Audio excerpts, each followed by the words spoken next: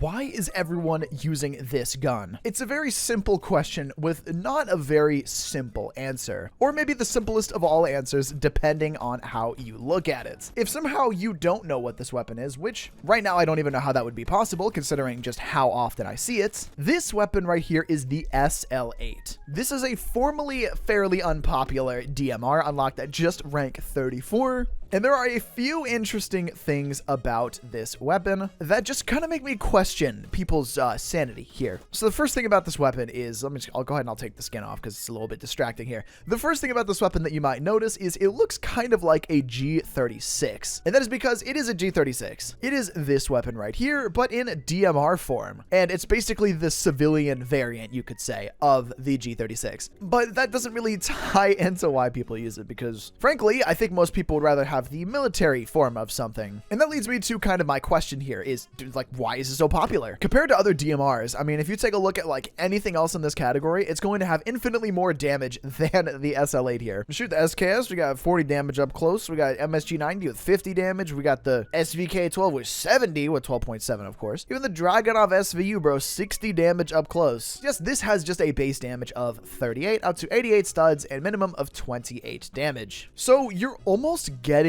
like assault rifle performance. You're getting like slightly more damage than something like a Scar L. And similarly enough to a Scar L, you get a 30-round magazine with it, which is not super common in DMRs, right? I think we can all just kind of agree on that. Look, there's one right there on the floor. So we got a 30-round magazine. We've got fairly high muzzle velocity at 2,800. Okay, pen at 1.3 studs.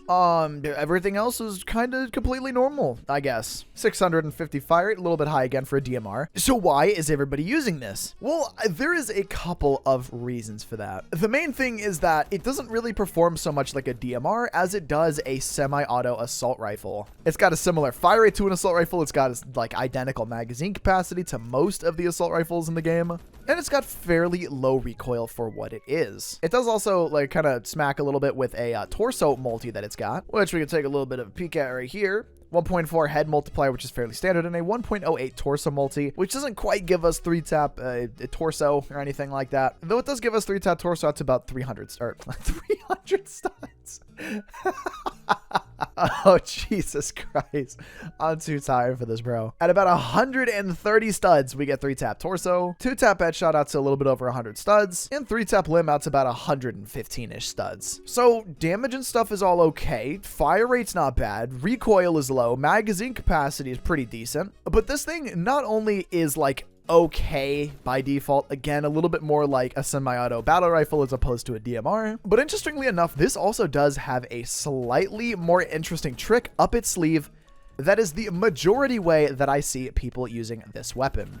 I gotta be honest too, just the base weapon alone, I'm kind of having fun with. It's actually a little bit fun to use. But the conversion that we're going to be talking about, that is the main way that I see this weapon utilized, is the 300 Whisper conversion, requiring 1,500 kills and cutting your magazine capacity down to a third at just 10 rounds, and your fire rate down to just 390. But what it may lack in things that we liked about it a few seconds ago, it makes up for in damage, giving you guaranteed 2-tap limb at the 44 studs, guaranteed 3-tap limb out to 148 studs, and of course, it does have some dirty multipliers here, giving us a 2-tap torso maximum range and 1-tap headshot maximum range. Though the main trade-off here is just a 1,500 muzzle velocity, which for a little bit of context is lower than the Zip 22, if you can somehow believe that. So we get a pretty slow fire rate, a fairly tiny magazine capacity, but a 1-tap headshot at all range for this thing. And of course, combine that with a ballistics tracker, and you get a 1-tap machine.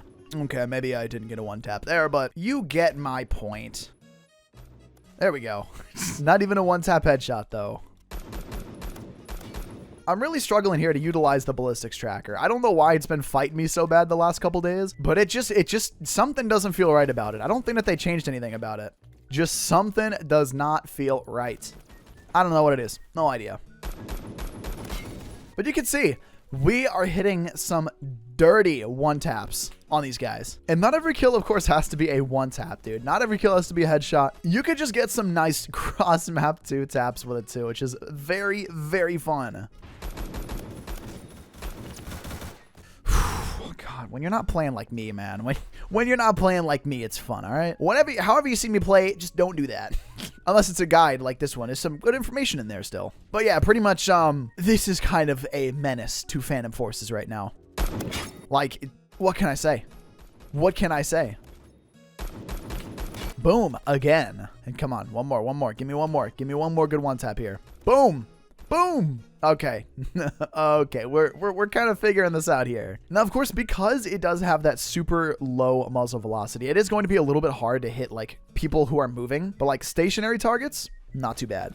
Again, if you're not playing like me. That was a guy that was up on one of these silos, though. I'm hoping we can get him to stay still enough to be able to... Come on. Come on, there we go. He just kind of laid there. Don't know what his plan was, but oh well. To me, it seems like this would have been the better alternative to make it more DMR-like as the default ammo, and then just have like the 5.56 conversion on it as like a conversion. But this is just the default, just default 5.56 battle rifle / assault rifle performance effectively, and a DMR conversion while in the DMR category. So it's a little bit weird, I might say. It's a little bit of an interesting little tidbit, if you will. Interestingly enough, this is always something that I just kind of hated, but anytime that I've used it, I've always had a good time with it. I don't think I'm very good with it. I don't know if you can tell, but then whenever I can manage to get hits with it, they're like always good hits. They're all, oh my God, bro. What was I saying earlier about the muzzle velocity? Oh yeah, the muzzle velocity is low enough to where I would say something like a ballistics tracker is pretty useful on it. And then not only that, of course, but moving players from side to side, it's going to be even harder to be able to hit them just because the bullets are just flying so slow. So the ideal target is obviously somebody who is just sitting still. And even more ideally, you could probably throw a scope on this thing. And luckily for you, because it is the weapon that it is, we do get a free scope, that being the Hensoldt 3X sight, which post-scope update actually does look pretty pretty nice. Not to mention too, obviously you have the this aim right here that's like fully zoomed in, and it looks pretty good. That guy killed me with my own gun. That's great. How was that not a headshot, bro? How did I not get him through the wall? There we go. Oh, bro, it's so much fun. I say it a lot, but there's a lot of examples that I can name in Phantom Forces that just show how much fun you can have with low rank weapons. There's a lot of people that tell me still to this day that Phantom Forces is pay to win. And sure, you can say some of the higher level guns are really good and some of them might be better than some of the default weapons. But the thing is, this is a rank 34 weapon. You could get this within a few hours of decent gameplay. And even with this conversion, which you can pre-buy, obviously with credits, it's like 2 days worth of grinding for this amount of kills to get this, if you're really dedicated to this weapon and don't want to buy it with credits. I hear him. I heard him firing my own weapon in there. Here it is again. He's in here. There he is.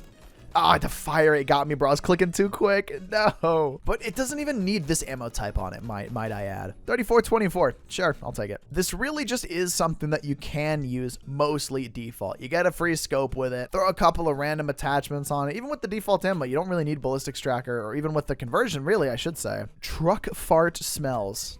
What a guy.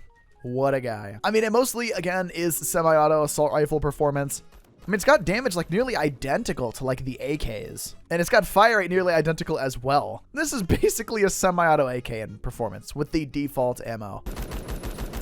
But yeah, it's just a pretty freaking fantastic this level 5, bro, please. Well, I mean, I guess that's pretty much going to sum up today's video. I think that this is a pretty good weapon. If you have not used it before, I'd say it's definitely worth giving a try to. But if it's something that you've used before, what do you like about it? What's your favorite build on it? Let me know all of that in the comments below. Otherwise, of course, definitely have notifications on and subscribe if you have not done so already. I did a video the other day on the new Phantom Forces zombie game mode that we're going to be getting here, potentially in just a couple of weeks. So definitely check out that video if you have not done so already. And of course, consider becoming a channel member like the fantastic people up on screen right now with either the link in the description below or the join button on my channel. I also have it in the pinned comment. I forget sometimes, but it should be there this time though. And of course, check out my Phantom Forces playlist up on screen with over 500 Phantom Forces videos in it if you'd like to see more videos just like this. Thanks for watching, dudes. I'll see you later.